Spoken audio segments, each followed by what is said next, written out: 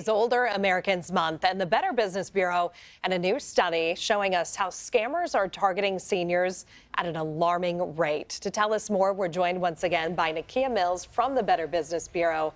Woo, these are my least favorite kind of people, Nakia. I know, right? To prey on seniors is just a whole different low level. Tell us a little bit about what's going on here and this increase that you're seeing. Right.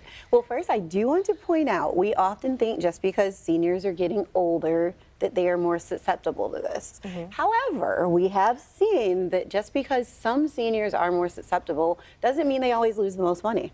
So those 65 and up, for instance, they don't lose the most amount of money when they are targeted. So there are some positives, and I always like to remind people, no matter your age, the caveat is there is a scammer for you. Oh, so yes, don't I know think college students who have been ripped off and scammed on social media, certainly. We always like to give people proactive steps. So if somebody is hearing this, they especially want to protect their mom, their dad. What are some things they can do? Is it sitting them down for a talk? Are there resources beyond that? What are first steps? Definitely, and I'm so glad you brought that up because sometimes we forget about the caregivers. So start watching things like, are they suddenly talking to someone kind of secretive that you never heard about? Because it could be, you know, a romance scam or these friendship scams where someone's tricking them out of their money where they think it's someone that loves them. This especially happens, you know, if you're a recent widow or widower. Then also you want to watch, are they seeming like maybe ends aren't meeting all of a sudden? They used to have money in the bank. Because their money's going elsewhere. Yeah, and it's, hey, what's going on? So definitely communicate. Make sure your older adults don't feel alone.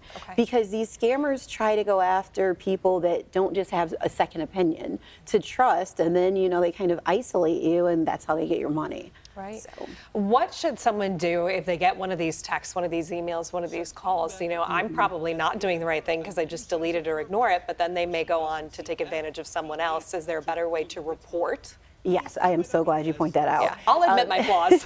Because a lot of us, either if we fall victim to a scammer or if we're targeted, and we know from listening to all these, you know, segments that we shouldn't do this, of course, you don't click, you don't open it, don't answer that phone call, but report it.